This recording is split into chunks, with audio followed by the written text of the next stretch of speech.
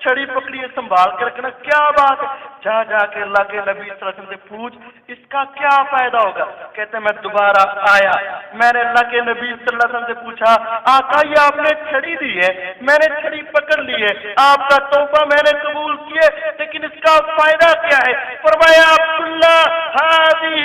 آیۃ بینی و بینک یوم القیامہ، عبداللہ کل قیامت کے دن تو اس چھڑی کو لے کر میدان محشر میں پہنچے گا، یہ چھڑی تیرے ہاتھ میں ہوگی، جب تو میرے پاس آئے گا میں اللہ تعالیٰ کو بتاؤں گا اللہ ہاں میں نے اس کو انعام کے طور پر اور یادگیری کے طور پر یہ چھڑی پکڑائی تھی، اس نے میں محمد صلی اللہ علیہ وسلم کی عظمت کی خاطر ایک مارکا لڑا تھا، میں پھر اس چھڑی کی وجہ سے تجھے پہچان جاؤں گا، یہ تیرے میرے درمیان نشانی بنے گی، جب تو لے کر آئے گا پھر میں رب کے سامنے لے کر تجھے پیش ہو جاؤں گا اور اللہ کی جنتوں کا تجھے مہمان بنا دوں گا، کیونکہ تو نے میں محمد صلی اللہ علیہ وسلم کی حرمت کا خیال کیا۔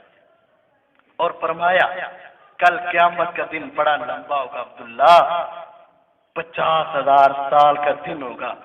اور لوگوں کو ٹیک لگانے کی کوئی جگہ نہیں ملے گی، یہ چھڑی پکڑ لے کل قیامت کے دن اس کے ساتھ ٹیک لگا کے اپنا گزارا کر لینا، وَإِنَّ قَلِيلًا الْمُتَخَسِّرُونَ يَوْمَئِذٍ، اس دن ٹیک لگانے والے بہت قلیل لوگ ہوں گے اور ان میں تو بھی شامل ہوگا اس چھڑی کے ساتھ ٹیک لگانے والا۔ یہ محمد الرسول اللہ صلی اللہ علیہ وسلم نے خود اپنے گستاخوں کا کلا کما کروایا، جب سے وہ آیت آئی اس کے بعد کسی گستاخ کو دنیا میں رہنے کا حق حاصل نہیں، اور اگر انسان بدلہ نہیں لے گا یاد رکھو اللہ تعالیٰ کو ہماری ضرورت نہیں، ہمیں اپنے اعمال کو بڑھانے کے لیے اپنی ضرورت ہے۔ اگر ہم اللہ کے پیارے پیغمبر علیہ السلام کی توہین کی خاطر نہیں اٹھیں گے، نہیں نکلیں گے، نہیں بدلا لیں گے تو کیا محمد الرسول اللہ صلی اللہ علیہ وسلم کی شان کم ہو جائے گی؟ نہیں۔ کیا ان کا بدلہ لینے والا کوئی نہیں ہوگا؟ نہیں۔ اللہ تعالیٰ کس سے چاہے کام لے سکتا ہے۔ آخری واقعہ ہلاکو خان کا دور تھا، محمد الرسول اللہ صلی اللہ علیہ وسلم کے اوپر اسلام لا کر مرتد ہونے والا ایک عیسائی تھا، جب وہ دوبارہ مرتد ہوا اس نے بہت بڑا کنونشن بلایا، بہت بڑا جلسہ کیا اور اس کے اندر اسلام کے خلاف اپنا زہر اگلنے لگا۔ الکامل ابن حجر کی کتاب ہے الدرر الکاملہ فی المئۃ الثامنہ، 8ویں صدی ہجری میں جو بڑے بڑے واقعات پیش آئے اس کے اوپر تاریخ کی کتاب ہے۔ ہلاکو خان کا دور تھا، مغل حکومت وہاں ہوتی تھی اور اس عیسائی نے محمد الرسول اللہ صلی اللہ علیہ وسلم کی بھی بہت بڑے مجمع میں توہین کرنا چاہی، جب اس نے اپنے ہاتھوں کے اشارے سے محمد الرسول اللہ صلی اللہ علیہ وسلم کی گستاخی کی، قریب ایک کتا باندھا ہوا تھا، اور آپ جانتے ہیں عیسائیوں کو کتوں سے انسانوں سے بڑھ کر پیار ہے۔ بیڈ روم میں کتا، کھانے پینے کی جگہ پر کتا، جولی میں کتا، کیونکہ جیسا انسان جس کے ساتھ محبت ویسے ہی ہے کہ ہو ہی ایسے، تو ان کو بہت زیادہ پیار۔ اور حقیقی بات یہ ہے ساتھ قریب کتا باندھا ہوا، جب اس نے یہ بات سنی اس کے دل و دماغ میں کس نے ڈالا؟ کون ہے محمد الرسول اللہ صلی اللہ علیہ وسلم اور کون ہے یہ شخص، کیا کہہ رہا ہے، کیا مراد لے رہا ہے؟ اس کتے کے ذہن میں اللہ نے ڈالا، اس کو سمجھایا، وہ سارے عیسائی تھے، وہاں بدلہ لینے والا کوئی مسلمان تو تھا نہیں، سارے تماشا دیکھنے کے لیے آئے تھے، اسلام سے محبت کرنے والا تو کوئی تھا نہیں، لیکن اللہ نے جانوروں سے اور بڑے جانوروں سے اللہ تعالیٰ نے کام لیا۔ کتا چپٹا اس پر حملہ کیا، لوگوں نے اس کو بچایا، اور یہ اپنی بات کو روکنے لوگوں نے کہا ایسی بات نہ کر، تو کیسی بات کر رہے، محمد کریم صلی اللہ علیہ وسلم کا نام لے کر توہین کر رہے، نام نہ لے ویسے بات کر۔ کہنے لگا نہیں تمہیں غلطی لگی، یہ میری گستاخی کی وجہ سے نہیں، وہ تو میں نے اشارہ کیا تھا نا ایسے ایسے، تو یہ سمجھا تھا شاید یہ مجھے مارنے لگا، یہ بڑا غیرت مند کتا ہے، میرے اشارے کی وجہ سے یہ بڑک اٹھا تھا، اب نہیں ایسے کرے گا۔ اور وہ دوبارہ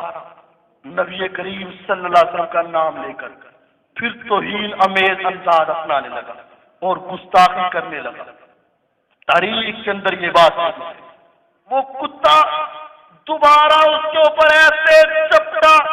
لوگوں نے چھڑانا چاہا لیکن اس نے اس وقت تک اس کو نہیں چھوڑا جب تک اس کی جان نہیں لے لی، اس کو مار نہیں دیا، قتل نہیں کر دیا، اپنے حملے کے ساتھ اس کو جہنم واصل فرمایا۔ جب یہ منظر دیکھا جو پہلے انسان مسلمان تھا بعد میں عیسائی ہوا تھا، لوگوں کو عیسائیت کی طرف بلانے لگا تھا، لیکن جب اس نے توہین کی اسی ایک مجلس کے اندر فَأَسْلَمَ 40,000 منذ يومئذ، اس دن ہی اس واقعہ کو دیکھ کر 40,000 لوگ مسلمان ہو گئے کہ محمد رسول اللہ صلی اللہ علیہ وسلم کی حیثیت ایسی ہے کہ اگر ان کی گستاخی کی جائے تو اللہ جانوروں سے بھی اس کا بدلہ لے سکتا ہے، زمین اس کو اپنے اندر سے نکال سکتی ہے اور اللہ ہر ایک کے ساتھ کوئی برا سلوک کر سکتا ہے جو نبی کریم صلی اللہ علیہ وسلم کی گستاخی کرے۔ اب ہماری یہ خوش قسمتی ہوگی اور ہمارے ایمان کا امتحان ہوگا، کیا ہم محمد رسول اللہ صلی اللہ علیہ وسلم کے ساتھ محبت کرتے ہیں یا نہیں، آپ کی محبت کی خاطر لڑنے مرنے کے لیے تیار ہیں یا نہیں۔ اور اس سے پہلے ایک بات میں یہ بھی کر دینا چاہتا ہوں، اگر ہم سارے نکل جائیں اور ان کے ساتھ ملاقات ہو جائے اور ہم کہیں تو نے نبی کریم صلی اللہ علیہ وسلم کی گستاخی کی ہے، ذرا سوچنے کی بات ہے نا، تو وہ کہ گستاخی میں نہیں، گستاخی تو تم کر رہے ہو۔ آپ پوچھیں گے کیسے؟ کہ گستاخی تو تم کر رہے ہو، ہم نے تو اس کو مانا ہی نہیں، تم نے تو اس کو مان کے گستاخی کی ہے۔ آپ کہیں گے کیسے؟ وہ کہے گا ہاں، چہرہ تجھے اس کا پسند نہیں، چہرہ تجھے میرا پسند ہے، لباس تجھے اس کا پسند نہیں، لباس تجھے میرا پسند ہے، سود تجھے وہ محمد صلی اللہ علیہ وسلم روکے تجھے وہ بات پسند نہیں، سود ہمارا تم کھاتے ہو، جو سارے معیشت کا، معاشرت کا، تہذیب کا، ثقافت کا، رہن سہن کا، خوشی غمی کا طریقہ تم ہمارا اپناتے ہو، محمد الرسول اللہ صلی اللہ علیہ وسلم کے تو طریقوں کو تم چھوڑ جاتے ہو، تمہیں کیسی محبت ہے؟ تم کس لیے لڑنے کے لیے آئے ہو؟ کس لیے مرنے کے لیے آئے ہو؟ کس لیے کٹنے کے لیے آئے ہو؟ تم تو اپنے عمل سے ہمیں بتا رہے ہو ہاں ہمیں تم سے محبت ہے، مجھے یورو چاہیے، ڈالر چاہیے، تمہارے گرین کارڈ چاہیے، مجھے اسلام کا کوئی عمل نہ بھی کرنا پڑے تو ٹھیک ہے، مجھے تو تمہارے محلے سے محبت ہے۔ وہ کہیں گے ہاں پہلے اپنے ایمان کو سیدھا کر، پہلے اپنے اسلام کو سیدھا کر، پہلے اپنے آپ کو ان جیسا بنا تو صحیح۔ اگر ہم گستاخ ہے تو کیا تو گستاخ نہیں ہے؟ کیا تو توہین نہیں کر رہا ہے؟ کیا تو ان کے ساتھ محبت کرتا ہے؟ کیا تو ان کا ساتھ چاہتا ہے؟ کیا تو ان کو اپنے قائد اور لیڈر اور ہیرو مانتے ہو؟ اگر مانتے ہو تو تم ان کی سیرت کو اپناتے کیوں نہیں ہو؟ آج ہمارے لیے یہ دونوں لمحہ فکری ہیں، ایک تو ہم اپنی سیرت کو محمد رسول اللہ صلی اللہ علیہ وسلم کے مطابق ڈالیں، اپنی شکل و صورت کو، لباس کو، خوشی غمی کو آپ کے ساتھ ملائیں، اور پھر اس کے بعد جو آپ کی توہین کرے اس کے خلاف اٹھ کھڑے ہوں۔ جتنی طاقت ہے، جتنی وسعت ہے، جتنی ہمت ہے، ہم ان کے لیے ان کے خلاف چلیں، اور اگر ہم وہاں نہیں پہنچ سکتے تو ہمارا کوئی جاننے والا پہنچ سکتا ہوگا، اگر وہ بھی نہیں پہنچ سکتا، ہم کسی طرح سے بھی نہیں پہنچ سکتے، تو ایک تو ہے وہ بدلہ لینے والا، ہم اس کو تو کہہ سکتے ہیں، اس سے دعائیں تو کر سکتے ہیں، قنوت نازلہ تو کر سکتے ہیں۔ رات کی طریقے میں جب اللہ خود آئے پہلے آسمان پر، بندے مانگ، کیا مانگتا ہے؟ تم کو اللہ اور کچھ نہیں، مجھے صرف ایک ہی مانگ ہے کہ اللہ میرے محبوب کے دشمنوں کو تباہ و برباد کر دے، ان کو نیست و نبود کر دے، ان کے اوپر اپنے عذاب کے کوڑے برسا، ان کے اوپر پتھروں کی بارش نازل فرما، آگ کے عذاب مسلط فرما، پانی میں انہیں غرق فرما، اور ساری دنیا کے لیے نشان عبرت بنا، تاکہ آج کے بعد کوئی میرے حبیب محمد الرسول اللہ صلی اللہ علیہ وسلم کے لیے اس طرح کے انداز نہ اپنائے کہ ہم یہ بھی نہیں کر سکتے، کہ ہم اپنے رب سے بھی نہیں کہہ سکتے اللہ تعالیٰ تو خود فرماتے ہیں وَلَقَدِ اسْتُهْزِئَ بِرُسُلٍ مِّن قَبْلِكَ، اے حبیب آپ سے پہلے کئی رسولوں کا لوگوں نے مذاق اڑایا، فَحَاقَ بِالَّذِينَ سَخِرُوا مِنْهُمْ مَا كَانُوا بِهِ يَسْتَهْزِئُونَ، جب وہ انتہا پر پہنچ گئے پھر اللہ کا عذاب آیا، اور ایسا آیا کہ اس عذاب نے مذاق کرنے والوں کو صفائے ہستی سے مٹا کے رکھ دیا۔ ہم یہ تو کہہ سکتے ہیں اللہ ہماری پہنچ نہیں، جو میں کر سکتا تھا وہ میں نے کر دیا، اے اللہ اب تو اپنے عذاب کی لاٹھی ان پر برسا۔ ہم یہ کر سکتے ہیں لیکن پہلے ہم اپنی اصلاح کریں، اس کے بعد ان کے لیے بد دعا کریں۔ اللہ رب العالمین ان کو تباہ و برباد فرمائے اور ہمیں نبی کریم صلی اللہ علیہ وسلم کے ساتھ سچی محبت کرنے کی توفیق عطا فرمائے۔ وآخر دعوانا ان الحمدللہ رب العالمین۔ ان الحمد لله نحمده ونستعينه ونستغفره ونعوذ بالله من شرور انفسنا ومن سيئات اعمالنا، من يهده الله فلا مضل له ومن يضلل فلا هادي له،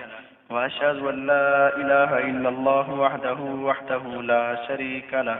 واشهد ان محمدا عبده ورسوله صلی اللہ علیہ وسلم۔ آج کے خطبہ جمعۃ المبارک میں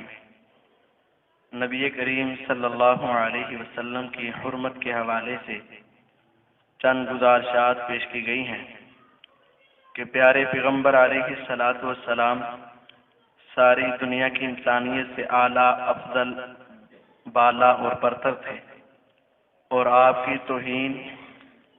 سب سے بڑی گستاخی ہے، اور آپ کی گستاخی کرنے والے کو اس دنیا میں رہنے کا حق نہیں ہے۔ پہلے پیارے پیغمبر علیہ الصلاۃ والسلام اپنے توہین کرنے والوں کے ساتھ درگزری کا، معافی کا معاملہ کیا کرتے تھے۔ بعد میں اللہ تعالیٰ نے قرآن مجید میں تقریباً 5 آیات نازل فرما کے ان لوگوں کے قتل کی سزا سنائی ہے، اور اس کے بعد جس نے بھی کوئی تھوڑی سی توہین کی صحابہ کرام نے اس کو زندہ نہیں چھوڑا۔ اور اللہ تعالیٰ کا یہ قانون ہے، اِنَّا أَعْطَيْنَاكَ الْكَوْثَرَ فَصَلِّ لِرَبِّكَ وَانْحَرْ إِنَّ شَانِئَكَ هُوَ الْأَبْتَرُ۔ اے محمد صلی اللہ علیہ وسلم، بے شک کوئی شک نہیں ہے، کوئی اس کے اندر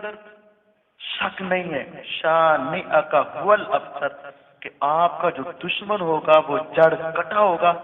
اس کو تہس نہس کر دیا جائے گا، تباہ و برباد کر دیا۔ یہ اللہ تعالیٰ کا اعلان، اور ایسا ہوا جس نے بھی آپ کو پھر آپ کے ساتھ برا سلوک کیا، برا انداز اپنایا، صحابہ کرام نے اس کو صفائے ہستی سے مٹایا۔ اور آج مسلمانوں پر بھی یہی ذمہ داری ہے، اور ہر مسلمان اپنی اپنی طاقت کے مطابق جواب دے ہے، اور خاص کر ہمارے حکمران اور ہماری بڑی سطح کے افراد اور سردار جو اپنی کرسی کے لیے تو جان مال کی بازی لگا دیتے ہیں، اور اپنے عہدے کے لیے ہر کام کر گزرتے ہیں، اور ہم ان کو اس لیے ووٹ دیتے ہیں کہ وہ اپنے عہدے کے لیے تو ہر حربہ استعمال کر لیں، اور ہر قسم کی طاقت کو استعمال کر لیں،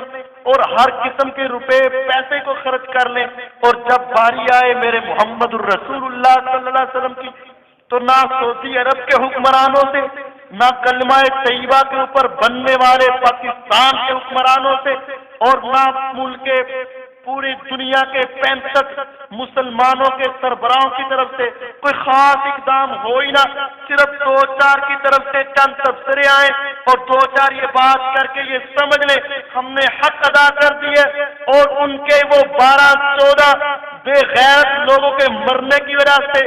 40 ملکوں کے حکمران ایک پلیٹ فارم پر جمع ہو کے ہاتھ میں ہاتھ ڈال کر یہ بات کہے کہ آج کے بعد اگر ہم نے یہ آزادی رائے کا استعمال کیا اور اس کے خلاف یہ ایکشن کیا گیا، ہم سب مل کر اس کا مقابلہ کریں گے۔ چاہیے تو یہ ہے کہ سارے مسلمان ممالک مل کر محمد الرسول اللہ صلی اللہ علیہ وسلم کی توہین کی خاطر جمع ہو جائے اور ان ظالموں کے سامنے ڈٹ جائے، یا ہم نہیں یا تم نہیں، ایک بات کے اوپر ٹھہر جائے، تو پھر محمد الرسول اللہ صلی اللہ علیہ وسلم کی نموز کی وجہ سے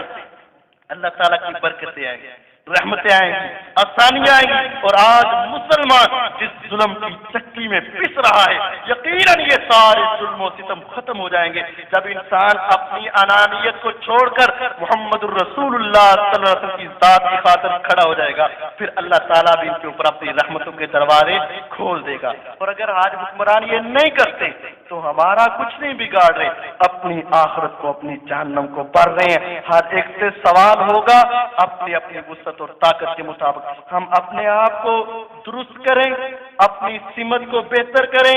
اپنے عقیدے اور اعمال کی اصلاح کریں، اور جتنی طاقت ہے ہم ان کے خلاف نفرت کا اظہار کریں اور ان کا مقابلہ کریں۔ اور اگر کچھ نہیں کر سکتے تو یہ بات تو ہر انسان کر سکتا ہے کہ اکثر اوقات اپنے رب سے اہل اسلام کے حق میں اور ان دو بھائیوں کے حق میں دعا کرے، اور ان ظالموں کے خلاف اللہ تعالیٰ سے دعا کرے اللہ ان کو تباہ و برباد فرمائے، ظالموں کو نیست و نابود فرمائے، ان کے اوپر اپنے قسم کے عذاب نازل کر کے ان کو صفائی ہستی سے مٹا دے، اور قرآن کے ان ظالم کتوں کو اللہ تعالیٰ لوگوں کے لیے نشان عبرت بنا دے جنہوں نے یہ کام کیا اور کرنے کی سوچ رکھی۔ اللہ تعالیٰ مسلمانوں کو اتفاق و اتحاد کی برکت عطا فرما، مسلمانوں کے حوصلے بلند عطا فرما، پر اللہ تعالیٰ مسلمانوں میں آپس میں پیار محبت پیدا فرما، مسلمانوں کے گناہوں کو معاف فرما، کافروں کو ظالموں کو نیست و نابود فرما۔ اے اللہ جتنے مسلمان بیمار ہیں سب کو شفا عطا فرما، جتنے تنگ دست ہیں ان کی تنگ دستیاں دور فرما، جو مقروض ہیں ان کے قرضے دور فرما، جو پریشان ہیں ان کی پریشانیاں دور فرما۔ اے اللہ جو ہمارے عزیز و اقارب ایمان کی حالت میں فوت ہو چکے ہیں ان سب کو معاف فرما۔ اے اللہ ان کو عذاب قبر سے محفوظ فرما۔ اے اللہ ان کے آخرت کے سفر کو آسان بنا۔ اے اللہ ان کو عذاب جہنم سے محفوظ فرما۔ اے اللہ ہم سب کو عذاب قبر سے، عذاب حشر سے، عذاب جہنم سے آزاد فرما۔ پکا سچا مسلمان بنا، نبی کریم صلی اللہ علیہ وسلم کی محبت کرنے والا بنا، حوض کوثر سے آپ کے ہاتھوں پانی پینے والا بنا، اور جنت میں آپ کا ساتھ عطا فرما۔ ان اللہ یامر بالعدل والاحسان وایتاء ذی القربى وینہی عن الفحشاء والمنکر والبغی یعظکم لعلکم تذکرون۔ سبحان ربک رب العزة عما یصفون وسلام علی المرسلین والحمد للہ رب العالمین۔